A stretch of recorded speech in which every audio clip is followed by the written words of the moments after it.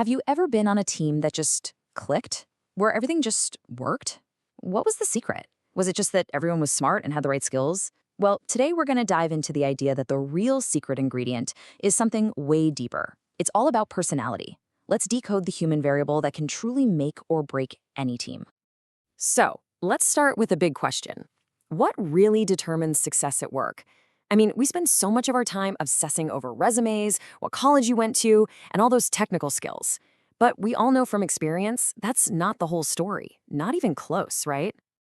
Because when you think about it, the absolute best team you were ever on, or maybe even the worst, the real difference maker wasn't just about who had the highest IQ or the most experience. It was something else entirely. Yup, it's personality.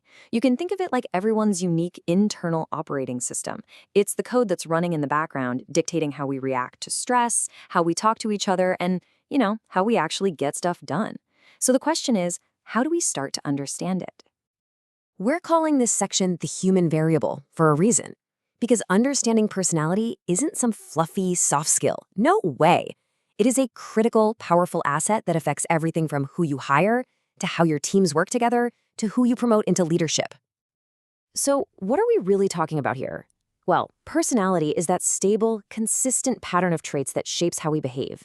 And the key word there is stable. This isn't about your mood on a Monday morning versus a Friday afternoon. This is the underlying programming that runs your responses day in and day out.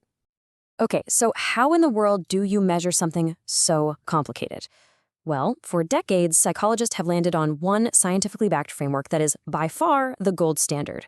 It's called the Big Five. And thankfully, there's a super easy way to remember it, the acronym O.C.E.A.N.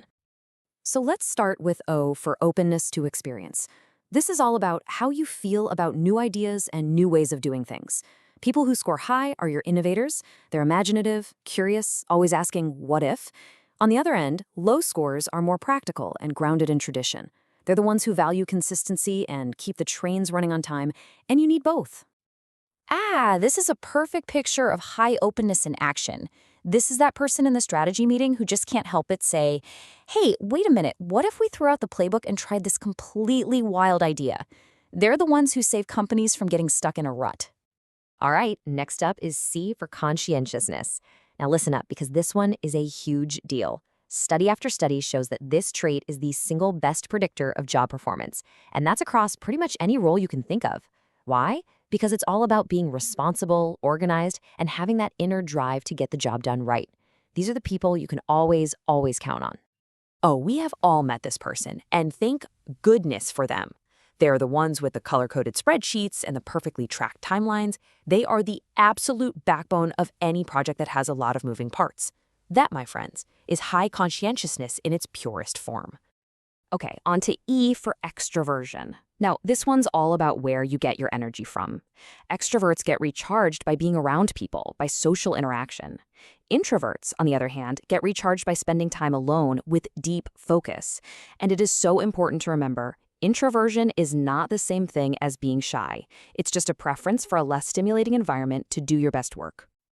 I mean, this is the classic picture of an extrovert in their element, right? They're building relationships, they're creating a buzz, they're the face of the company. But on the flip side, you probably wouldn't ask that same person to sit quietly for 8 hours and do deep, focused data analysis. You'd want an introvert for that. Now for A, agreeableness. People high in this are your ultimate team players. They're cooperative, warm, and they build trust easily. People who score lower are more like challengers. They're more competitive, more skeptical, and they're not afraid to push back on an idea. And guess what? That can be just as valuable as cooperation. And this is exactly where high agreeableness is worth its weight in gold. This is the person who builds a great company culture, who can put out fires between team members, and who makes sure everyone feels heard. You absolutely need this to keep an organization healthy and functional. And finally, we have N for neuroticism. Now, this one often gets a bad rap, so it's probably better to think about its opposite, emotional stability. This trait is all about how you handle stress. A high score in neuroticism means you're more likely to feel anxious or stressed out. A low score, meaning high emotional stability, means you're calm, cool, and collected, even when things get tough. And this right here is exactly why emotional stability is so crucial for leaders. I mean, when everything is hitting the fan, who do you want in charge? You want the leader who is a steady hand at the wheel, not someone who's panicking. Their calm sets the tone for the entire company. Okay, so we've got O.C.E.A.N. It's a great framework, but so what? What do you actually do with this information? Well, that brings us to the workplace playbook, how to actually put this knowledge into practice. First things first, we have to bust a huge myth. There is no single best personality. There's no perfect profile. Success is all about alignment. It's about matching the right person with their unique personality to the right role and the right team. And it really boils down to this pretty simple 3-step strategy. First, select. Think about personality when you're hiring. Second, assign. Give people tasks that play to their natural strength. And third, and this is the big one, adapt. Don't try to change who people are. Instead, adapt your management style to bring out the best in them. Give your introverts quiet time to think. Give your challengers tough problems to solve. Now, the Big Five is a fantastic model, an amazing starting point, but it's not the whole story, not by a long shot. Researchers have found some other key traits that give us an even richer, deeper understanding of people. One of the biggest additions is a trait called honesty-humility. It's actually the H in a newer model called Hexaco.